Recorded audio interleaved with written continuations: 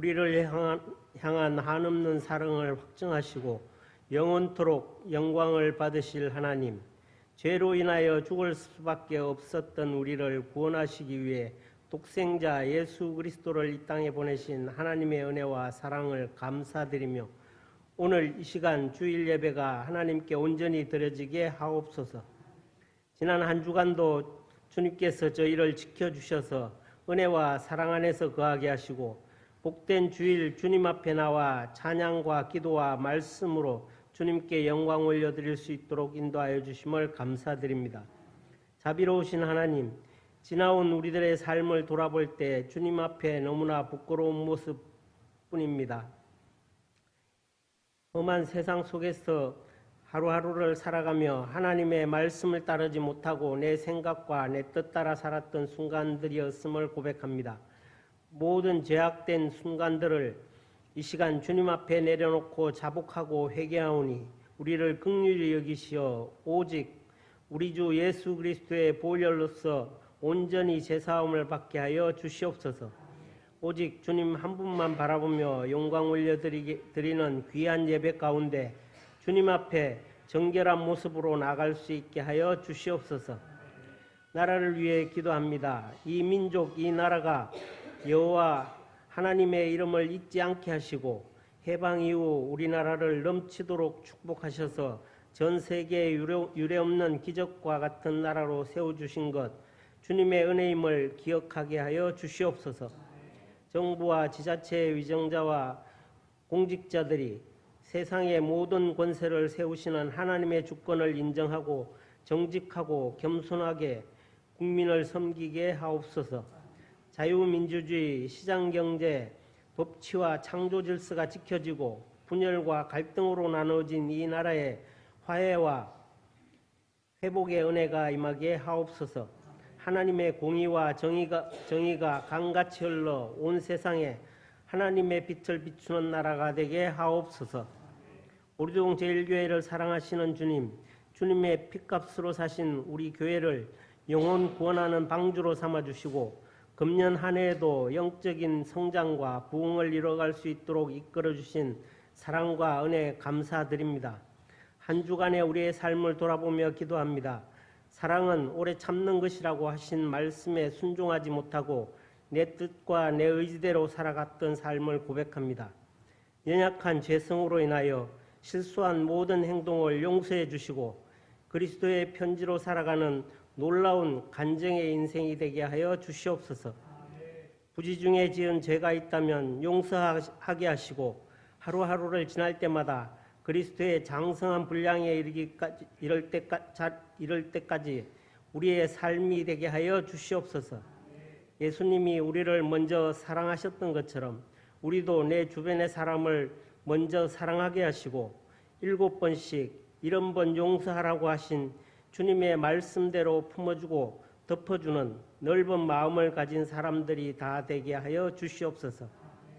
고아웃기는 교회를 섬기는 담임 목사님과 사역자, 항존 직분자, 구역장, 교회학교 교사와 찬양대, 봉사위원들에게 힘을 주시고 지혜와 능력과 성령의 충만함을 주셔서 우리 교회를 잘 이끌어갈 수 있도록 인도하여 주시옵소서. 귀한 일꾼들의 수고와 헌신을 통하여 우리 교회가 더욱 부흥하고 하나님께 칭찬 들으며 날마다 더욱 든든히 서가게 하여 주시옵소서. 또한 주님을 섬기는 각 가정마다 항상 하나님이 임재하셔서 매사를 축복하여 주시옵소서. 또 주님의 자녀들이 하나님의 말씀대로 살아서 승리하도록 인도하여 주시옵소서. 하나님 아버지, 어려운 상황 속에서도 수능을 마치고 입시 준비하고 있는 수험생들을 위해 기도합니다. 기도의 힘으로 지혜와 용기를 주시고 끝까지 포기하지 않고 최선을 다해 원하는 대학에 들어가게 하시고 장차 이 나라를 짊어지고 나아가는 큰 일꾼들이 다 되도록 인도하여 주시옵소서. 이 시간 살아계신 하나님의 말씀을 대언하실 담임 목사님을 위해 기도합니다. 하나님께서 귀하게 사용하시는 우리 목사님을 성령의 능력으로 붙들어 주시고 영육간의 강건함을 허락하셔서 능력의 말씀과 살아 역사하는 생명의 말씀을 온전히 선포하게 하여 주시옵소서. 그리하여 이 예배가 성령 충만한 시간이 되게 하시고 선포되는 말씀이 우리 성도들의 마음밭에 온전히 심겨져 우리의 삶에 바르게 적용하게 하여 주시옵소서. 이런저런 형편과 피치 못할 사정으로 오늘 예배에 참석하지 못한 지체들을 기억하여 주셔서 다음 주에는 전교인 함께 예배드릴 수 있도록 크신 은혜를 베풀어 주시옵소서.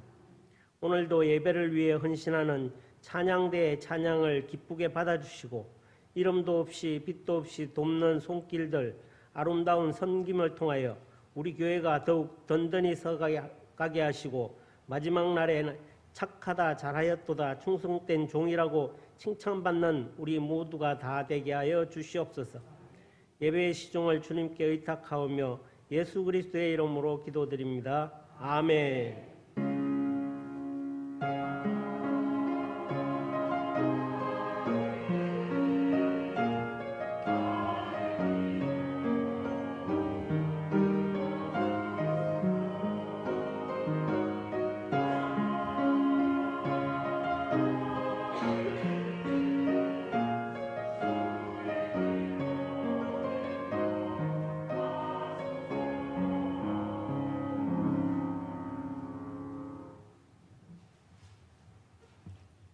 이 시간 우리에게 주신 하나님의 말씀 신약성경 요한복음 18장 33절에서 40절까지의 말씀입니다.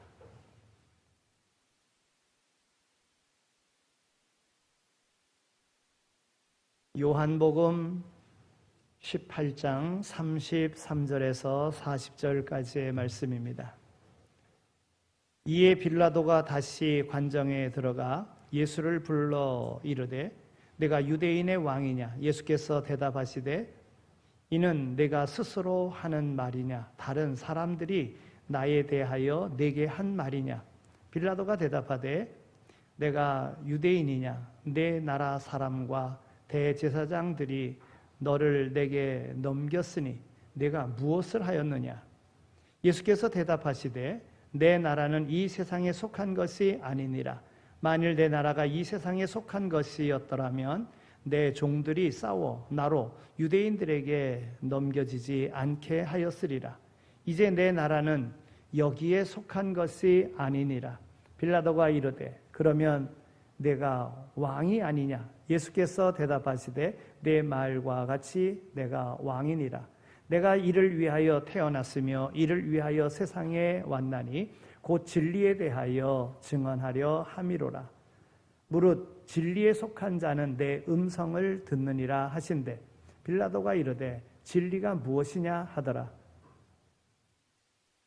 이 말을 하고 다시 유대인들에게 나가서 이르되 나는 그에게서 아무 죄도 찾지 못하였노라.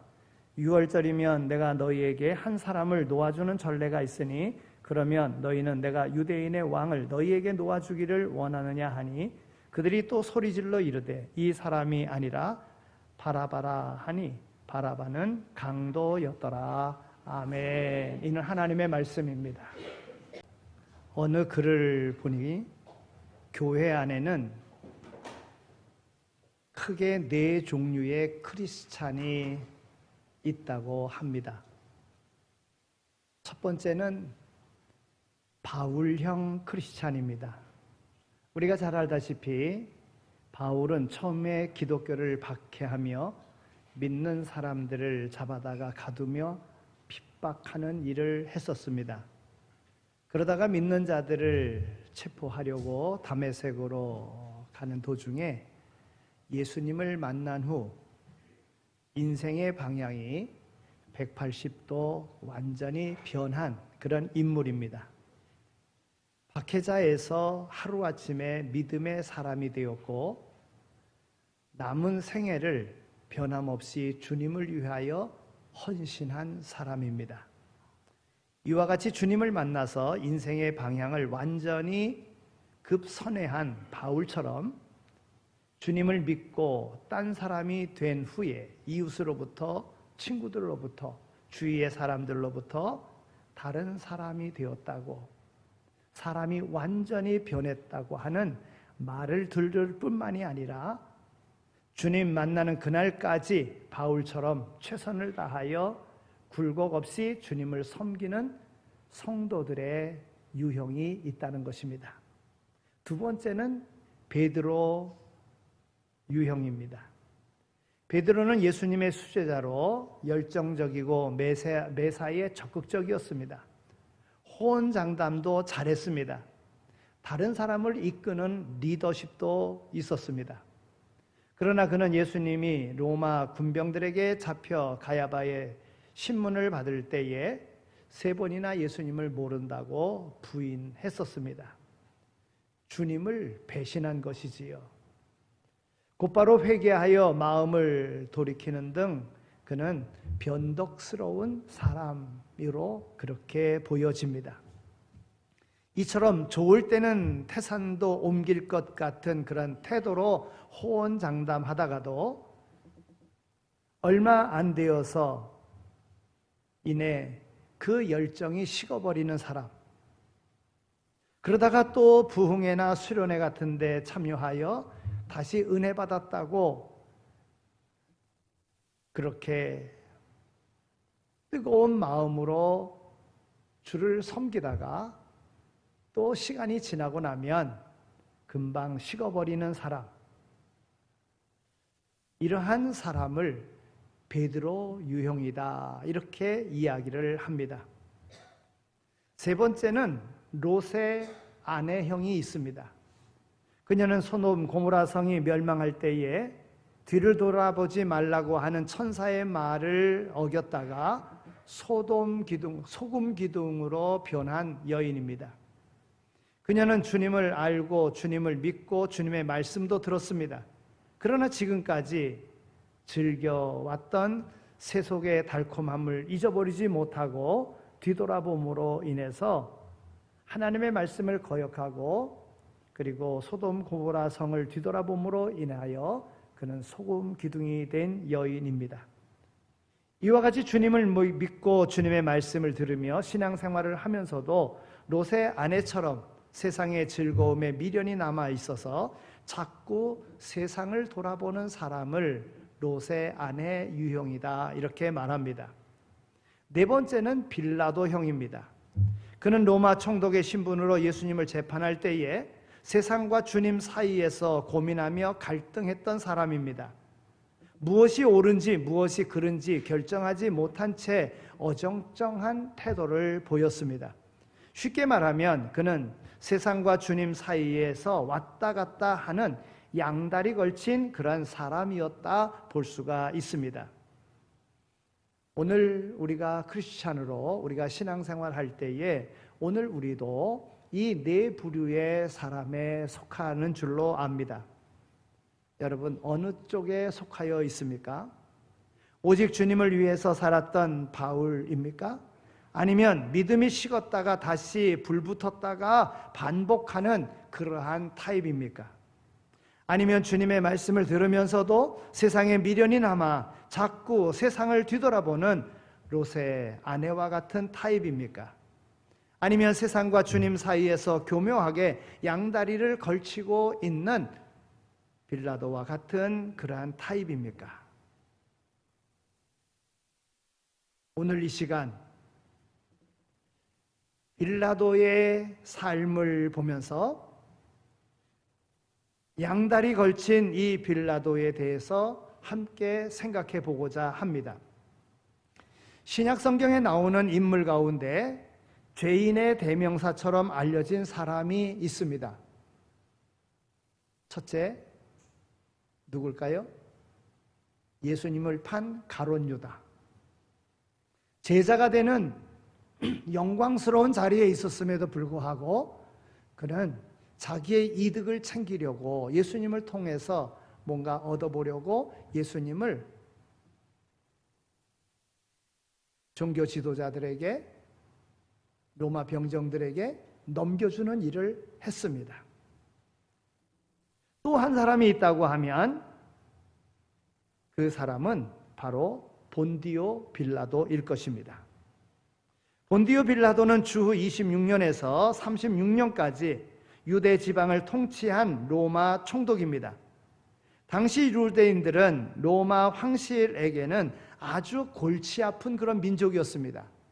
로마의 통치 아래 있음에도 불구하고 그들이 선민이라고 하는 생각과 하나님의 통치를 받는다는 것으로 항상 문제거리의 그러한 민족이었습니다. 그렇기 때문에 유다 총독으로 부임하는 사람들은 그 유별난 민족들을 잘 길들여 황제의 눈에 들도록 하기 위한 것이 그들의 목표였습니다. 유대 민족을 잘 다스려서 황제의 눈에 들도록. 그러니까 이 유대 민족을 잘 다스린다고 하는 것은, 또 유대 총독이 되었다고 하는 것은 그의 출세에 어찌 보면 발판이 되는 그러한 자리이기도 했던 것입니다. 빌라도가 어떤 사람인지에 대해서는 복음서 외에도 몇 가지 역사 자료를 통해서 우리는 알 수 있습니다. 유대 역사가 요세푸스는 빌라도에 대해서 몇 가지 그 기록을 남겼습니다. 필로라고 하는 유대 작가 역시 빌라도에 대해서 기록을 남겼습니다. 그러니까 빌라도가 역사적인 인물이냐 아니냐에 대한 것은 1961년도에 이탈리아에서 유적이 발견이 됐는데 그 유적 가운데 빌라도의 돌이라는 것이 발견됐습니다. 그러니까 빌라도는 역사적인 인물이라고 하는 것입니다. 그러므로 본디오 빌라도에게 고난을 받아 이렇게 고백할 때에 예수님 역시 역사적인 인물이라고 하는 사실을 오늘 우리에게 보여주고 있습니다. 여러분, 우리가 믿는다고 하면서도요, 예수님을 가상적인 인물로 그렇게 생각하는 사람들이 있습니다. 그러나 빌라도가 역사적인 인물이었듯이 또 빌라도에게 고난을 받으셨듯이 예수님은 역사적인 인물이라고 하는 거예요. 본디오 빌라도가 유대 땅을 다스리고 있을 때 예수님께서 활동하셨고 고난받고 죽임을 당하셨으므로 그분은 아무리 일러도 26년 이후에 활동했고 아무리 늦어도 36년 이전에 죽임을 당했음을 우리는 알 수 있습니다. 본디오 빌라도가 많은 문학가들의 상상력을 자극하는 가장 중요한 이유는 예수님의 재판 과정에서 그가 한 역할 때문입니다. 당시의 로마 황실은 유대인들에게 상당한 정치적인 자치권을 허락하고 있었습니다. 유대인들의 자치 정부가 공회인데, 더 정확하게 이야기하면 산헤드린 공회인데 유대인들과 관련된 대부분의 일은 이곳에서 처리하고 결정했습니다.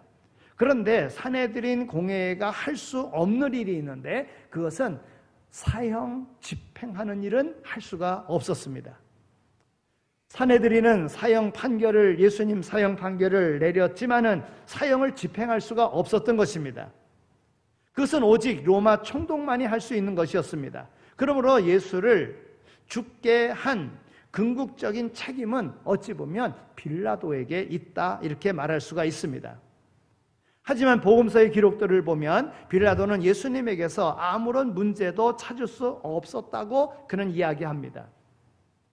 예수와 그의 추종자들이 로마의 통치에 전혀 위협이 되지 않는다는 것입니다. 그래서 관여하지 않으려고 했습니다. 어떤 핑계로든 그를 풀어주려고 했었습니다. 누가복음이나 마태복음이나 이런 내용에 있는 말씀을 보면은 빌라도는 이 골치 아픈 사건, 이것을 자기가 맡지 않으려고 했습니다. 예수님이 갈릴리 사람이니까 갈릴리를 통치하고 있는 헤롯 안티파스에게 그것을 넘겨서 예수님의 문제를 처리하도록 하려고 했었습니다. 갈릴리 지역을 통치하고 있었던 헤롯 안티파스 역시도요, 이 일은 유대에서 생긴 일이기 때문에 유대 총독인 빌라도에게 그것을 넘겨서 해결하도록 그렇게 서로 일들을 떠맡기려고 했었던 부분을 마태복음과 누가복음과 이런 말씀을 통해서 복음서의 그 내용을 통해서 우리는 알 수가 있습니다. 왜 그런 것 있잖아요. 영등포에서 문제가 생겼는데 그 사람은 저 강남 사람입니다. 그러면 경찰들이 그 일을 서로 안 떠맡으려고 그 사람이 살고 있는 그 지역에서 맡으라고 서로 넘깁니다. 그래서 서로 갈등을 하게 되는 경우를 보게 됩니다. 이 경우가 바로 그런 경우입니다. 갈릴리 출신인 예수님을 예루살렘에서 이루어진 일로 판결하지 않겠다고 서로 일을 맡기려고 했다고 하는 것입니다. 이 즈음에 빌라도의 아내에게서 지난밤 꿈속에 예수님으로 인해서 내가 많이 괴로움을 당했는데 그 예수님에 대해서 죄가 있다고 정죄하지 말라고 그런 이야기까지 꿈에서 본 이 빌라도의 아내의 이야기까지 성경은 기록하고 있습니다. 하지만 대제사장들과 장로들은 계속하여 빌라도를 압박합니다. 그들은 마침내 이 사람을 놓아주면 총독은 황제 폐하에 충성하지 못한 것입니다. 자기를 가리켜 왕이라고 하는 사람을 누가 황제 폐하를 섬기는 사람이라고 이야기할 수 있겠습니까? 하고 협박을 합니다. 예수를 놓아주면 황제에게 고발할 것이라고 협박을 합니다.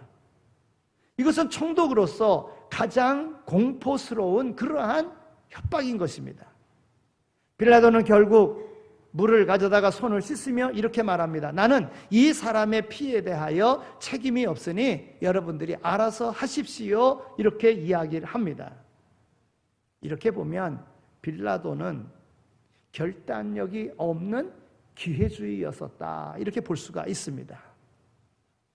요세푸스나 필로 같은 사람들이 남겨놓은 글을 통해서 빌라도가 어떤 사람인지를 우리는 잘 알 수가 있는데 그 기록에 의하면 빌라도는 로마 황제의 눈에 들기 위해서라면 무슨 일이든 하는 사람이었었다. 이렇게 이야기하고 있습니다. 그가 총독의 자리에 앉아 있으면서 가지고 있었던 유일한 관심은 오직 출세에 있었던 것입니다. 그래서 그는 폭도들을 진압하는 일에 있어서 아주 잔인무도하게 진압을 했습니다. 황제에게 과잉 충성을 하는 것이지요. 주후 36년에 그가 폐위당하게 되어지는데 그 이유가 사마리아에서 일어난 반란을 진압하는데 너무나도 잔혹하게 그 반란을 진압했습니다. 그것으로 인해서 결국 그는 로마 총독의 그 유대 총독으로서의 감당하는 그 자리에서 폐위되고 말았습니다. 빌라도가 이와 같이 자신이 해야 되는 일에 있어서 과도하게 충성하려고 했었던 것, 황제에게 충성하려고 했었던 것, 그것이 결국은 자기에게 화가 된 것입니다. 또 빌라도는 이런 변명을 할 수도 있었을 것입니다. 어쩔 수 없는 일이었다. 그럴 수밖에 없었다. 자신의 잘못에 대해서 핑계를 대는 그러한 흉계가 그에게는 숨어 있었던 것입니다. 자신이 저지른 그 죄들은 대부분 어찌할 수 없어. 그럴 수밖에 없어. 누구라도 그렇게 할 거야. 라는 생각으로 죄를 짓게 되어져 있습니다. 하지만 정말 그렇습니까? 아닙니다. 그렇게 하지 않아도 충분히 될 수 있는 일들이라고 하는 거예요. 빌라도가 그렇게 선택한 것은 자신의 정치적 생명을 위태롭게 하고 싶지 않았기 때문입니다. 그가 진실로 정의를 더 중요하게 생각하는 사람이었다면 얼마든지 달리 선택할 수도 있었을 것입니다. 손해를 보더라도 진리를 따를 그런 마음이 그에게 없었기 때문에 그는 자신을 변명하는 것입니다. 마찬가지로 자기가 죄 짓는 그 죄들은요 모두 자기 욕심 때문에 짓는 거라는 거예요. 때로 이런 핑계 저런 핑계를 대지만 잘라 말하면 자기가 손해보기 싫어서 죄를 짓는 것입니다. 그리고는 빌라도의 행동처럼 자기의 행동에 대해서는 동정을 받고 싶어 하는 것입니다. 여러분, 어떤 이득을 챙기고자 했을 때에 바로 빌라도와 같은 이런 마음 속에서 그러는 겁니다. 그것이 하나님 앞에는 죄가 된다는 거예요. 여러분, 말씀드린 대로 빌라도가 가졌던 그의 성격은 어떤 사람입니까? 그의 유형은 어떤 사람입니까? 기회주의적인 자였다고 하는 것입니다.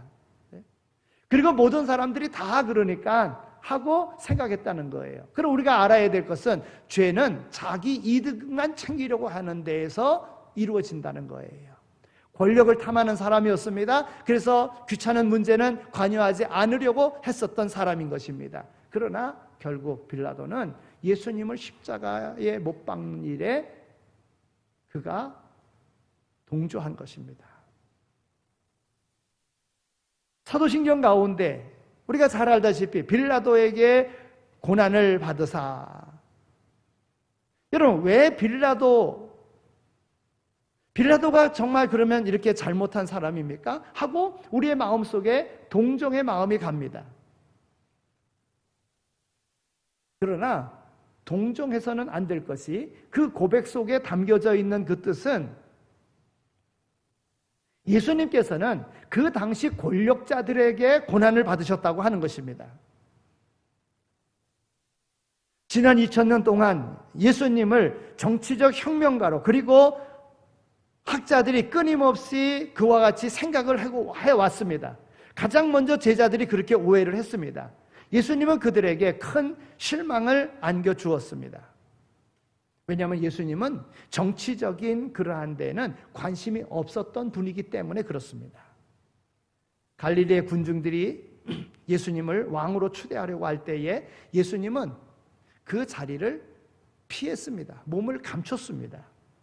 예루살렘에서 예수님을 왕자에 올리려고, 왕위에 오르려고 많은 사람들이 그랬지만 예수님은 왕위에 오르신 것이 아니라 예수님은 십자가의 정치범으로 최후를 맞이하셨다고 하는 것입니다.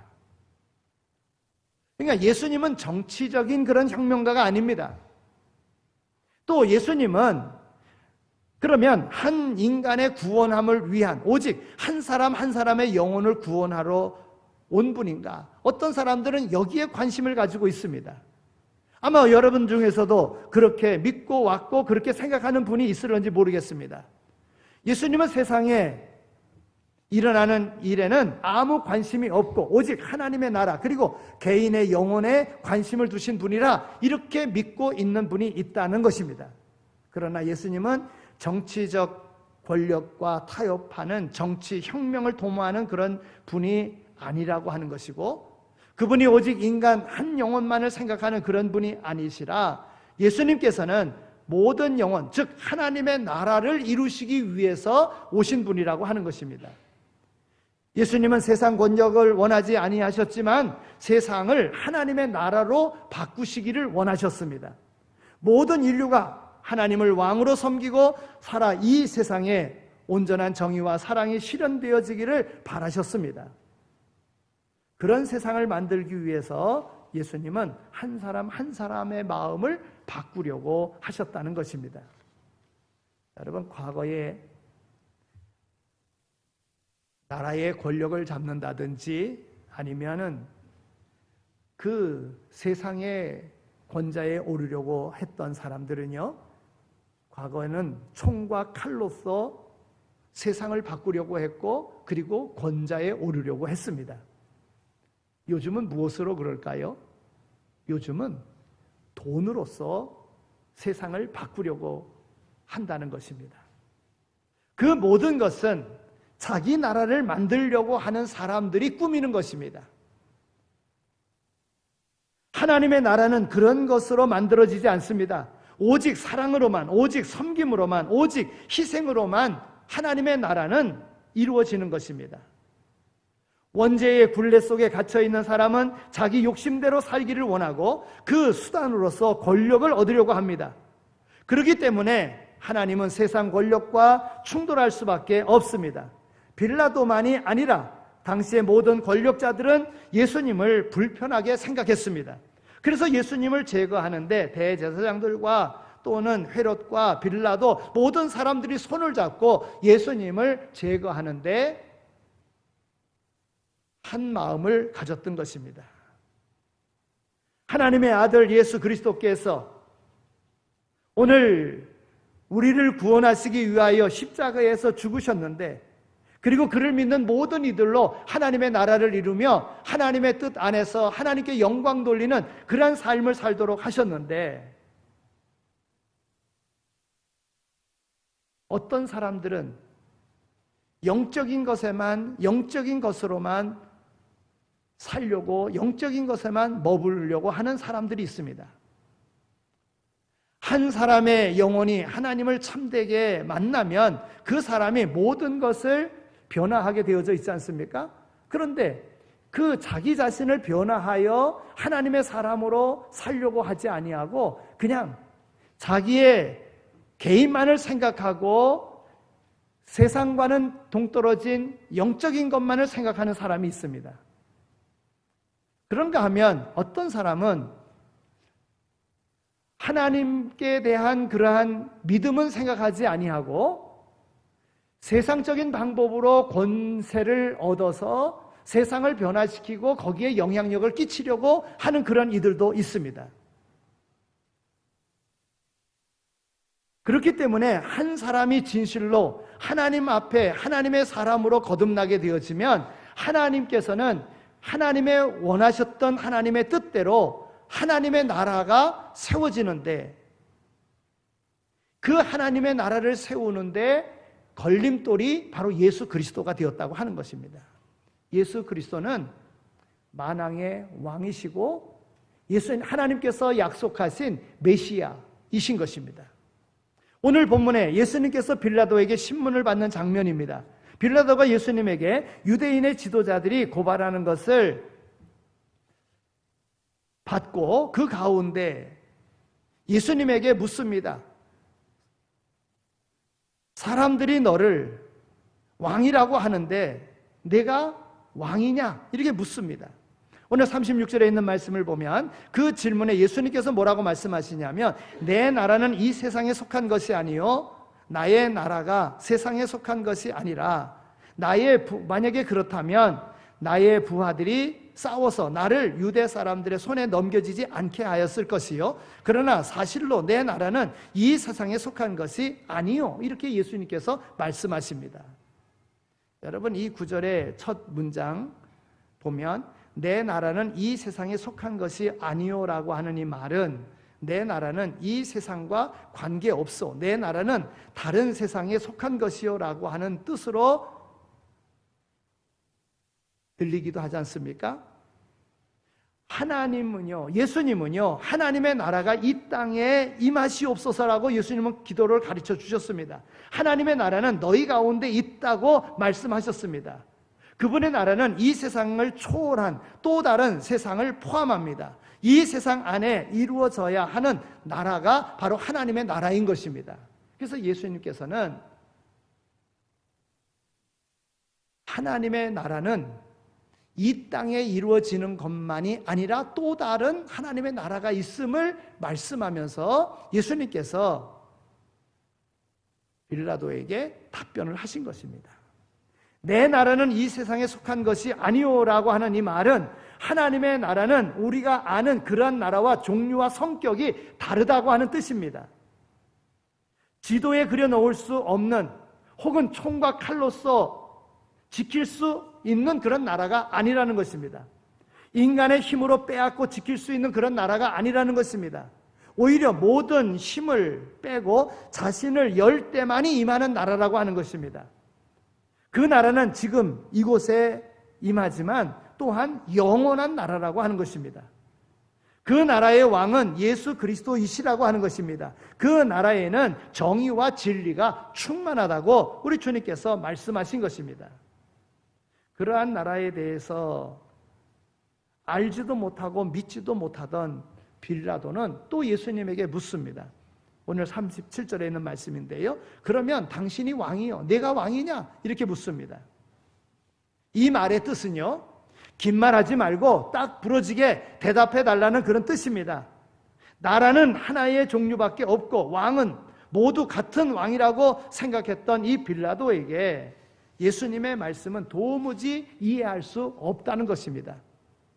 그래서 다그쳐 묻는 것입니다. 그러자 예수님께서 이렇게 대답하십니다. 37절에 있는 말씀을 보면 당신이 말한 대로 나는 왕이요, 나는 진리를 증언하기 위하여 태어났으며 진리를 증언하기 위해서 세상에 왔소. 진리에 속한 사람은 누구나 내가 하는 말을 듣소 그랬어요.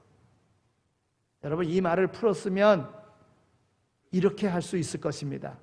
내가 왕이요, 하지만 당신이 생각하는 그런 왕은 아니요, 내 나라는 하나님이 다스리는 나라요, 내 왕권은 하나님께서 주신 것이요, 내가 왕인 것은 권력을 가지고 있어서가 아니라 참된 진리를 알기 때문이고 진리를 증언하고 있기 때문이요, 당신이 나를 몰라보는 이유는 진리를 모르기 때문이요, 진리를 구하는 사람들은 내 말을 알고 듣고 내 나라의 시민이 된다오. 당신도 진리의 눈을 뜨면 내 나라 시민이 될 수 있어.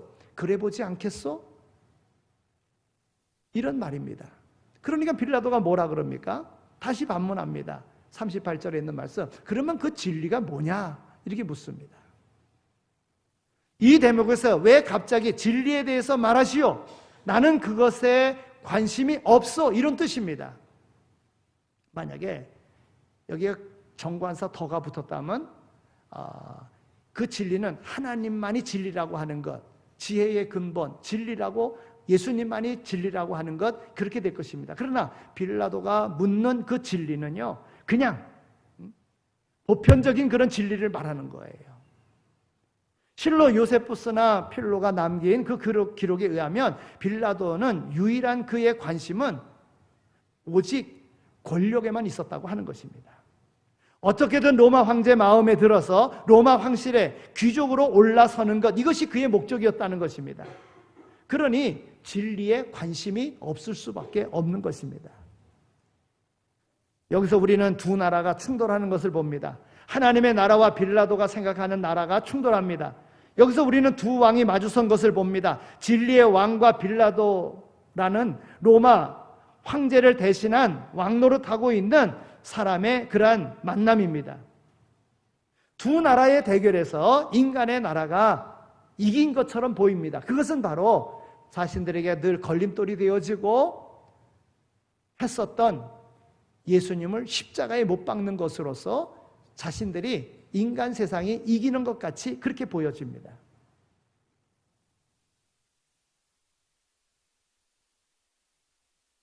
총독 빌라도에 의해서 진리의 왕이신 예수님은 무력하게 죽임을 당하셨습니다. 십자가 위에 달리신 예수님을 볼 때 하나님 나라는 허튼 소리처럼 보입니다. 그런데 죽임 당하신 예수님께서는 사흘 만에 부활하셨고 그의 나라는 국경을 넘어 누룩처럼 온 세상에 번져갔습니다. 로마 황제들은 예수님을 왕이라고 부르는 사람들을 없애기 위해서 끊임없이 칼을 휘두르며 그들을 핍박했습니다. 그런데 그렇게 하면 그렇게 할수록 그 많은 사람들이 전 세계로 흩어져서 그의 신앙을 지키며 하나님의 나라를 세웠고, 마침내 스스로 신이라고 불렸던 로마 황제 콘스탄틴 때에는 예수님 앞에 무릎을 꿇고 기독교를 국교화시켰다고 하는 것입니다. 여러분, 누가 진짜 왕입니까? 어떤 나라가 참된 나라입니까?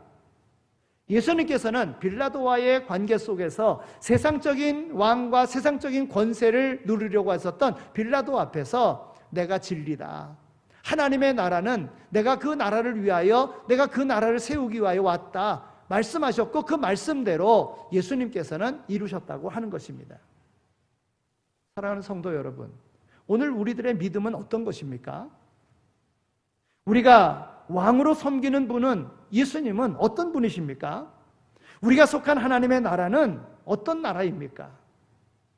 하나님의 아들 예수 그리스도, 참신이요 참 인간으로 오신 그분을 우리가 주님으로 믿을 때에 그분의 보혈의 피가 우리의 모든 죄를 씻어주시고 그분에게서부터 온 성령으로 말미암아 오늘 우리는 새로워질 수 있다고 하는 것입니다. 빌라도와 같은 사람, 기회를 누리는 사람, 왔다 갔다 하는 사람, 여러분 이러한 신앙인이 아니라 예수님과 같이 하나님께서 정해주신 그 길을 걸어갔고 하나님의 나라를 위하여 하나님의 뜻을 이루기 위하여 십자가를 지었던 그분, 바로 그분이 바로 오늘 우리의 왕이시라고 하는 것입니다. 우리가 믿는다고 하면 주님의 통치를 받는 자가 되어야지만이 됩니다. 새로 지음을 받은 오늘 우리는 하나님 나라의 시민이요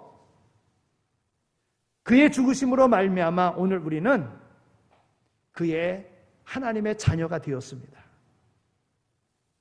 우리가 이 땅에 살지만 하나님의 자녀임을, 또 이 땅에 살지만 하나님의 말씀에 따라 살아간다고 하는 이러한 확신 속에 살아간다면 오늘 우리의 삶은 승리하는 그러한 삶이 되어질 줄로 믿습니다.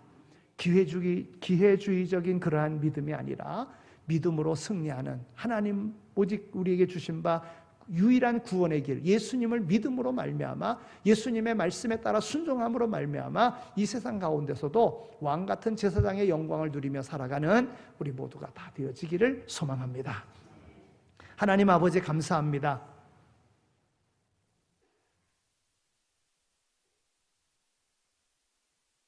죄와 허물로 죽은 우리들, 정말 아무런 소망 없었던 오늘 우리 가운데